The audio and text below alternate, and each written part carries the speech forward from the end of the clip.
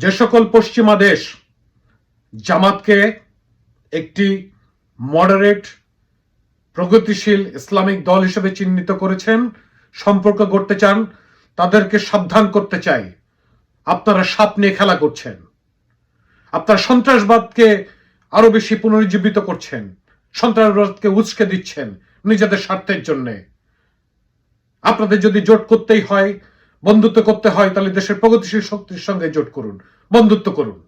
নিজের দেশে তো আপনারা তো প্রগতিশীল শক্তিকেই আপনারা বেছে নেন, তাহলে বিদেশে কেন সবসময় প্রতিক্রিয়াশীল ধর্মান্ধ উগ্রপন্থী সন্ত্রাসবাদী দলগুলোকে সঙ্গে আপনারা বন্ধুত্ব বাড়াতে চান?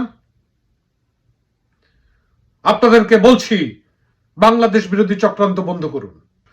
জামাত নেতৃত্বাধীন জোট, এনসিপি নেতৃত্বাধীন জোট, এটি কোনো ইসলামিক প্রগতিশীল মডারেট কোন ইসলামিক জোট নয়, কোন দলগুলোর সম্মেলন নয়।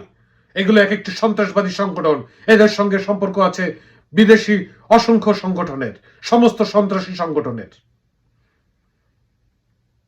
দয়া করে বাংলাদেশকে নিয়ে চক্রান্ত বন্ধ করুন। প্রগতিশীল শক্তির পক্ষে থাকুন, তাদের পাশে দাঁড়ান।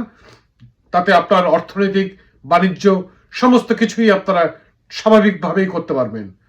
চোরান পথে কোনো কিছু লুটতে যাবেন না, এদেরকে সমর্থন দিতে যাবেন না। আর সেই সাথে বলতে চাই, যে সকল প্রবাসী এই সমস্ত ব্লগাররা আছেন, অনলাইন অ্যাক্টিভিস্ট আছেন, ওই সকল সন্ত্রাসবাদীদেরকে আপনারা দেশ থেকে বহিষ্কার করুন।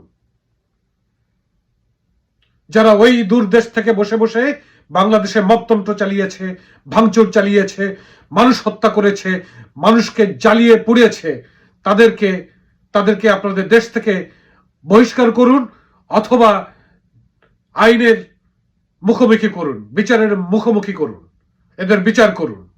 কিভাবে তারা আপনাদের প্রশ্রয়ে ওই সব দেশে বসে বাংলাদেশ বিরোধী ষড়যন্ত্রে লিপ্ত।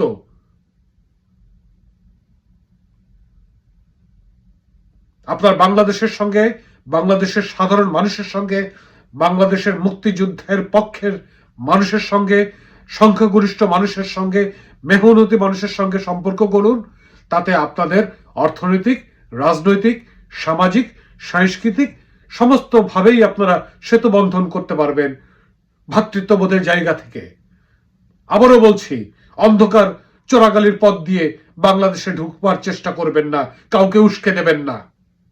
মনে রাখবেন, যখন ঘর পড়ে তখন শুধু ঘরই পড়ে না, পুরো বাড়িটাই পড়ে যায়। অর্থাৎ বাংলাদেশে যদি আগুন জ্বলে, তার উত্তাপ কিন্তু আপনাদের ওখানেও পৌঁছে যায়। অর্থাৎ ইতিমধ্যে আপনারা দেখেছেন বিভিন্ন সময় যে সমস্ত জঙ্গিরা, সন্ত্রাসবাদীরা বিশ্বের বিভিন্ন দেশগুলোতে বিভিন্ন ধরনের জঙ্গি কার্যক্রম চালিয়েছে, সন্ত্রাসী কার্যক্রম চালিয়েছে, সেইগুলো আপনারাও ভুক্তভোগী।